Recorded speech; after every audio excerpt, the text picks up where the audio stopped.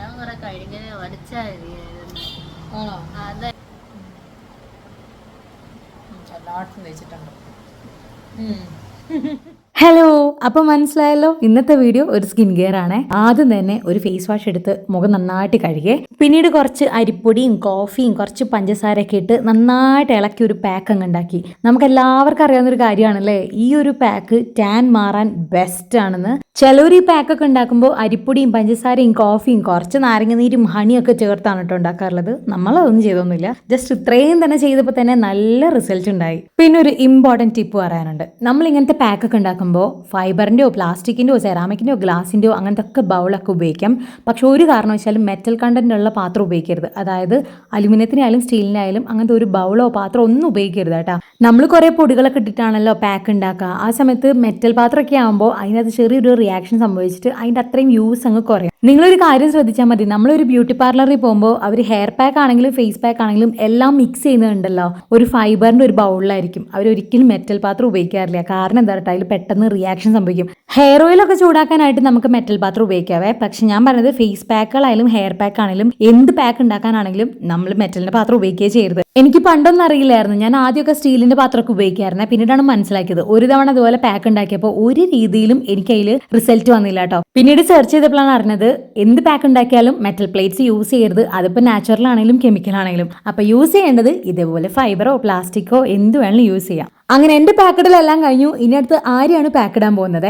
ഞാനാകെ ഫേസിൽ മാത്രമേ പാക്കറ്റ് ഉള്ളായിരുന്നു. പിന്നീട് ആര്യയുടെ നിർബന്ധം കാരണം കഴുത്തിലിട്ടേട്ടാ. എനിക്ക് പൊതുവെ ഫേസ് പാക്ക് ഇടുമ്പോൾ ഫേസിലും ഫ്രണ്ട് നെക്കിലും ബാക്ക് നെക്കിലൊക്കെ ഇടാൻ ഭയങ്കര ഇഷ്ടമാണ്. പക്ഷേ അത് കഴിയുമ്പോൾ എനിക്ക് കുളിക്കണം. പക്ഷെ ഇത് കഴിയുമ്പോൾ നമ്മൾ കുളിക്കാനല്ലല്ലോ പോകുന്നത്. അതുകൊണ്ട് എനിക്ക് ഇങ്ങനെ നനഞ്ഞ് ഇങ്ങനെ വൈപ്പ് ചെയ്ത് എടുക്കുന്നൊക്കെ ഭയങ്കര ഒരു ഇറിറ്റേഷൻ ഉള്ള ഒരു കാര്യമാണ്. ഇത് കഴിഞ്ഞിട്ട് കുളിക്കാനോ പോയിരുന്നെങ്കിൽ കയ്യിലും കാലിലും കഴുത്തിലും മുഖത്തൊക്കെ തേക്കുന്നതുകൊണ്ട് എനിക്ക് ഒരു പ്രശ്നമില്ലായിരുന്നു. അങ്ങനെ ഇതാ കുറേ നേരത്തിന് ശേഷം ഞങ്ങൾ രണ്ടുപേരും മുഖത്ത് ഫേസ് പാക്ക് എല്ലാം ഇട്ട് വെച്ചിട്ടുണ്ട്. ഫേസ് പാക്ക് എന്ന് പറയാൻ പറ്റില്ല, ഇത് ആക്ച്വലി ഒരു സ്ക്രബാണ്. അങ്ങനെ ഒരു 10-15 മിനിറ്റിന്റെ കാത്തിരിപ്പിന് ശേഷം നമ്മുടെ പാക്ക് ചെറുതായിട്ട് ഡ്രൈ ആയി തുടങ്ങി. അങ്ങനെ എന്റെ ഫേസ് വാഷ് ചെയ്ത് ഞാൻ വന്നിട്ടുണ്ട്. സ്ക്രബ് ഇടുന്നതിന് മുമ്പ് വീഡിയോ എടുക്കാൻ മറന്നുപോയി. എല്ലാവർക്കും നിങ്ങൾക്ക് കറക്റ്റ് റിസൾട്ട് മനസ്സിലാവുന്ന കേട്ടോ. കാരണം ആദ്യം നല്ല രീതിയിൽ ടാൻ ഉണ്ടായിരുന്നു. നമ്മൾ ട്രിവാൻഡ്രത്ത് നിൽക്കുന്നതുകൊണ്ട് തന്നെ നല്ല രീതിയിൽ ചൂടൊക്കെ അടിച്ച് മുഖമൊക്കെ നല്ല രീതിയിൽ ടാൻ അടിച്ചിട്ടുണ്ടായിരുന്നു. ഫേസിനേക്കാളും ടാൻ നന്നായിട്ട് മാറിയത് എനിക്ക് കഴുത്തിലും ലിപ്പിലാണ്. ഞാൻ ഈ ലിപ്സ്റ്റിക് ഒക്കെ ഉപയോഗിക്കുന്നതുകൊണ്ട് ലിപ്പ് നല്ല രീതിയിൽ പിഗ്മെന്റഡ് ആയിരുന്നു കേട്ടോ. ഞാൻ എപ്പോഴൊക്കെ ഈ ഒരു പാക്കും കൊണ്ട് ലിപ്പിൽ സ്ക്രബ് ചെയ്യുമ്പോഴും എൻ്റെ ഈ ഒരു പിഗ്മെന്റേഷൻ നല്ല രീതിയിൽ കുറയാറുണ്ട്. ഈ ഒരു പാക്കൊക്കെ മുമ്പ് ഉപയോഗിച്ചിട്ടുള്ളവർക്കൊക്കെ അറിയാൻ പറ്റൂലേ ഞാൻ ഈ പറയുന്നത് വളരെ സത്യസന്ധമായിട്ടാണെന്ന്. അങ്ങനെ അത്യാവശ്യം ടാൻ എല്ലാം മാറിയിട്ടുണ്ട്. ഇനി ഒന്നും ബ്രൈറ്റ്നസ് ആവാല്ലേ. അങ്ങനെ അടുത്ത് ഫേസ് പാക്ക് ആണ് കേട്ടോ ചെയ്യണത്. ഇവിടെ യൂസ് ചെയ്യുന്നത് അരിപ്പൊടിയും പിന്നെ ആപ്സ് ഗുഡ്നസിന്റെ ബീട്രൂട്ട് പൗഡർ ആണ്. ആക്ച്വലി ഇത് ആര്യയുടെ ആണ് കേട്ടോ. റൂം ക്ലീൻ ചെയ്യുന്ന സമയത്ത് നമുക്ക് ഈ ഒരു ബീട്രൂട്ട് പൗഡർ കിട്ടിയപ്പോഴാണ് ഫേസ് പാക്ക് ഇടാന്നുള്ളൊരു തീരുമാനമായത്. അപ്പോഴാണ് ഓർത്തത് ബ്രൈറ്റ്നസ് കളയുന്നതിന് മുമ്പ് ഇത്തിരി ടാൻ കളയണ്ടേ. അങ്ങനെയാണ് നമ്മൾ കോഫി പൗഡറും യൂസ് ചെയ്ത് തുടങ്ങിയത്. ഹോസ്റ്റലിൽ നിൽക്കുന്ന മിക്ക പിള്ളേരുടെ കയ്യിൽ ഇതുപോലെ ഏതെങ്കിലും കമ്പനിയുടെ ഫേസ് പാക്ക് അല്ലെങ്കിൽ ഹെയർ പാക്ക് പൗഡർ ഒക്കെ കാണുമല്ലേ. അതുപോലെ തന്നെ അരിപ്പൊടി, പയറുപൊടി, കടലമാവ്, മുൾട്ടാൻപൊടി, പഞ്ചസാര, കാപ്പിപ്പൊടി, അങ്ങനെ ഒരുപാട് പൊടികളുണ്ടാവും. സത്യം പറഞ്ഞാൽ ഒരു മിനി പലചരക്കട തന്നെയാണ്.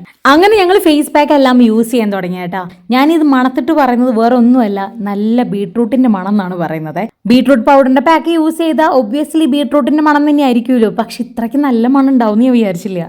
ഞാൻ ഫേസ് പാക്ക് എല്ലാം ഇട്ട് വന്ന സമയം കൊണ്ട് നമ്മുടെ ആര്യ കോഫി പൗഡർ എല്ലാം കളഞ്ഞു വന്നിട്ടുണ്ട്. ആര്യയുടെ ഫേസ് കണ്ടോ നല്ല രീതിയിൽ ഗ്ലോ ആയിട്ടുണ്ടല്ലേ. അങ്ങനെ ഞങ്ങൾ രണ്ടുപേരും നല്ലപോലെ ഫേസിലും നെക്കിലൊക്കെ ഈ ഒരു പാക്ക് കവർ ചെയ്ത് വെച്ചിട്ടുണ്ട്. പിന്നീട് നമ്മളിത് ഡ്രൈ ആവാൻ വേണ്ടി വെയിറ്റ് ചെയ്ത് നിൽക്കുകയാണ് കേട്ടോ. ആക്ച്വലി ഈ ഒരു ഡ്രൈ ആയിട്ടുള്ള ഒരു ഫേസ് കാണുമ്പോൾ ഞാൻ പണ്ട് ചെറുപ്പത്തിൽ ഫാൻസി ഡ്രസ്സിനൊക്കെ ഒരുങ്ങിയിട്ടുണ്ടായിരുന്നേ. എനിക്ക് അതാണ് ഓർമ്മ വന്നത്. അങ്ങനെ ഞാൻ വാഷ് ചെയ്തെത്തിയിട്ടുണ്ട്. എങ്ങനെയുണ്ട്?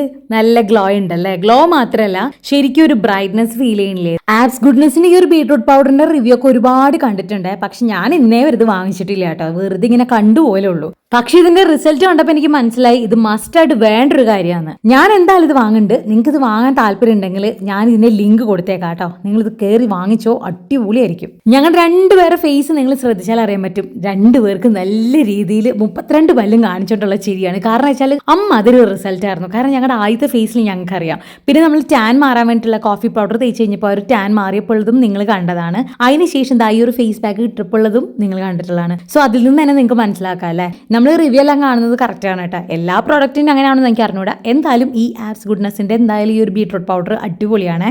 അപ്പൊ എല്ലാവരും ഈ ഒരു സ്ക്രബും ഫേസ് പാക്ക് ഒക്കെ ഒന്ന് ഇട്ട് നോക്കണം കേട്ടോ. പരിപാടി ഒന്നും കഴിഞ്ഞിട്ടില്ല, ഇനി ഒരു ചെറിയൊരു സെൽഫ് കെയറും കൂടി ഉണ്ട്. പാക്കെല്ലാം ഇട്ട് കഴിയുമ്പോൾ നമ്മുടെ ഫേസ് എപ്പോഴും ഡ്രൈ ആവേ. സോ അതൊന്ന് ഹൈഡ്രേറ്റ് ചെയ്യാൻ വേണ്ടിയിട്ട് നമ്മൾ കുറച്ച് പ്രൊഡക്റ്റ് യൂസ് ചെയ്യുന്നുണ്ട്. ടോണർ ഞാൻ യൂസ് ചെയ്യുന്നുണ്ട് കേട്ടോ, കാരണം കുഞ്ഞു കുഞ്ഞു ഓപ്പൺ പോർസ് ഉണ്ട്, അതൊന്ന് കുറയ്ക്കാനായിട്ട് ഞാൻ ടോണർ യൂസ് ചെയ്യുന്നുണ്ട്. ഇപ്പോൾ ഞാൻ ഹെർബൽ ലൈഫിൻ്റെ ആണ് യൂസ് ചെയ്യണത്. നമുക്ക് ഏത് ടോണർ വേണമെങ്കിൽ യൂസ് ചെയ്യാം കേട്ടോ. ഇതെനിക്ക് നല്ലതായിട്ട് തോന്നിയിട്ടുണ്ട്. ഇത് കഴിഞ്ഞാൽ ഞാൻ ഇതന്നെ യൂസ് ചെയ്യണമെന്നില്ല, ചിലപ്പോൾ വേറെ ഏതെങ്കിലും ടോണർ യൂസ് ചെയ്യാം. അങ്ങനെ ടോണർ എല്ലാം നല്ല രീതിയിൽ അപ്ലൈ ചെയ്ത് ഉള്ളിലോട്ട് അബ്സോർവ് ആയിട്ടുണ്ട്. അങ്ങനെ അതൊന്ന് ഡ്രൈ ആയതിനു ശേഷം അടുത്ത ഞാൻ ഉപയോഗിക്കുന്നത് മോയ്സ്ചറൈസർ ആണ്. ആക്ച്വലി ഇതും ഹെർബൽ ലൈഫിന്റെ തന്നെയാണ്. ഇതെനിക്ക് നന്നായിട്ട് തോന്നിയിട്ടുണ്ട്, സോ അതുകൊണ്ടാണ് യൂസ് ചെയ്യണത്. ഇത് തീർന്നാൽ ഇതന്നെ യൂസ് ചെയ്യണമെന്ന് തോന്നിയില്ല, വേറെ ഏതെങ്കിലും യൂസ് ചെയ്യും, കാരണം ഇതിന് അത്യാവശ്യം റേറ്റ് ഉണ്ടേ.